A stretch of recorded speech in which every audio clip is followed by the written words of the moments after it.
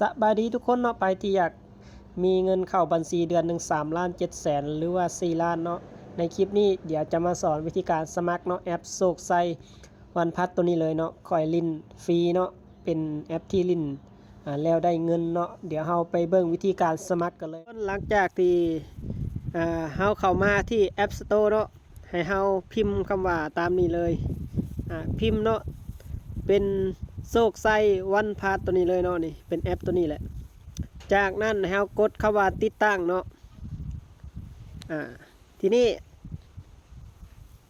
ติดตั้งเสร็จแล้วให้เรากดเปิดไปเลยและให้เรากดอนุญาตเนาะต่อมากดคำว่าเข้าสู่ระบบจากนั้นเนาะให้เราใส่เบอร์มือถือของเราเนาะใส่ในช่องนี้เลยแล้วก็กดคำว่าส่งรหัส OTP เนาะต่อมา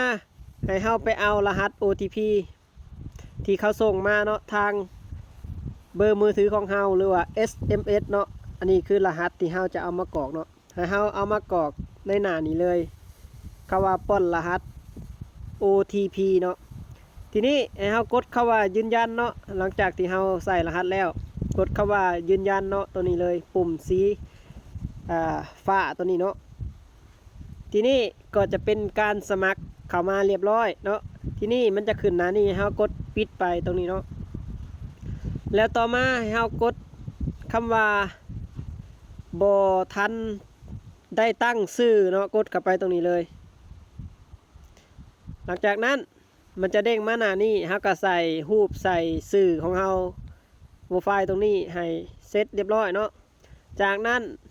ตัวนี้สำคัญเนาะรหัสผู้แนะนำตรงนี้เนาะให้ใส่ตามนี้เด้อกดเข้ามาตรงนี้คำว่ารหัสผู้แนะนำ9968เนาะ0794เนาะตัวนี้สำคัญเนาะจากนั้นนะครับกดตกลงเป็นยังจังใส่รหัสแนะนำเนาะเพราะว่าเขาจะสร้างรายได้ได้ต้องมีรหัสแนะนำเนาะใครแนะนำเอามาเขาก็ใส่รหัสแนะนำของผู้นั้นเด้ออันนี้เป็นรหัสแนะนำของคอยเนาะใส่ตรงนี้ไปแล้วก็กดคำว่าตกลงเนาะ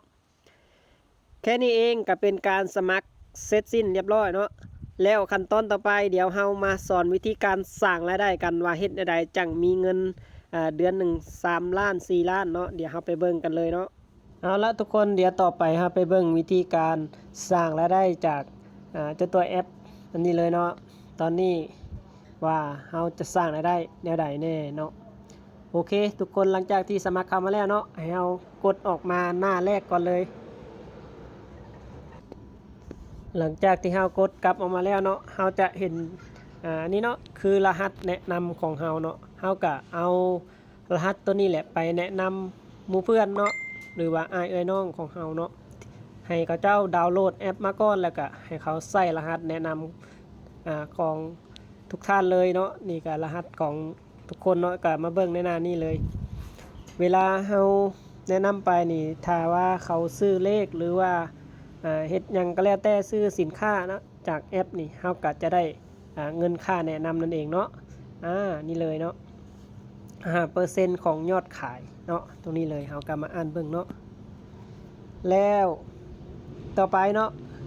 ก็คือการซื้อหวยเนาะกดเข้าไปเลย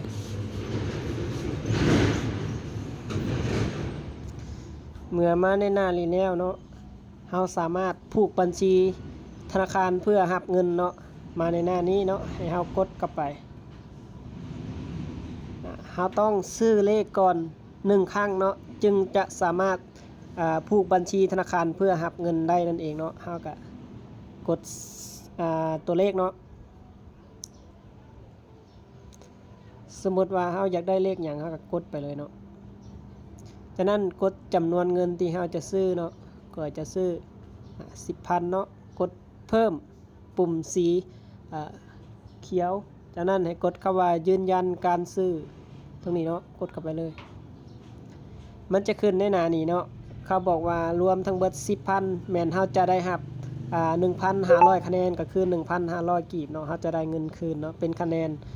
นตรงนี้เราสามารถเอาไปซื้อ เอ่อซื้อเลขแล้วก็สามารถเติมเป็นมูลค่าโทรได้เนาะนี่เลยเนาะสามารถเอามาซื้อเป็นคะแนนตรงนี้นี่เอามาซื้อหวยหรือว่าซื้อเติมบัตรเติมเงินแต่ว่าคอยจะซื้อให้ทุกคนเบิ่งก่อนเนาะเพื่อที่จะผูกบัญชีกับธนาคารเนาะให้เขากดไปที่ BC1 เนาะโอเคทุกคนหลังจากที่เฮาซื้อเลขไปเมื่อกี้นี้เนาะนี่ค่อยซื้อไปแล้วมันจะเป็นคะแนนของเฮาขึ้นมาเนาะนี่คือเฮาสามารถเชื่อมต่อบัญชีธนาคารเรียบร้อยแล้วเนาะใครที่อยากลิ้นแอปนี้เนาะจะต้องมีบัญชีธนาคารเนาะของการค้าเนาะโอเคต่อไปเนาะไปเบิ่งคะแนนที่เฮาสะสมเนาะทำมาหน้าแรกแล้วก็เลื่อนขึ้นมาสุดเนาะกดไปที่คำว่าเบิ่งคะแนนเนาะตรงนี้นี่เลยเนาะค่อยได้มา 1,500 คะแนนตอนนี้ค่อยมีคะแนน 60,000 คะแนนเนาะเท่ากับ 60,000 เนาะตรงนี้เลยถ้าว่าเฮาเติมเงินเฮาก็จะได้คะแนนคือกันเด้อสามารถเติมได้ทุกค่ายเนาะวิธีการเติมเงินเนาะให้เฮามาหน้าแรกและกดไปที่คำว่าเติมมูลค่าโทรตรงนี้เนาะสามารถเติมเงินได้เนาะเติมได้ทุกเครือข่ายเลยเนาะก็คือเก่าเนาะเฮาใส่เบอร์แล้วเฮาก็กดเติมเงินไปนั่นเองวิธีการก็บ่ยากเนาะเฮาก็กดเบอร์ของเฮาใส่เข้าไปเลยเนาะแบบนี้จากนั้นเฮาก็เลือกว่าจะเติมเท่าไหร่เนาะขั้นต่ำ 5,000 กีบสูงสุด 100,000 เนาะถ้าเกิดว่าเฮาเติมนี่ 100,000 กีบเนาะเฮาจะได้เงินคืนแม่น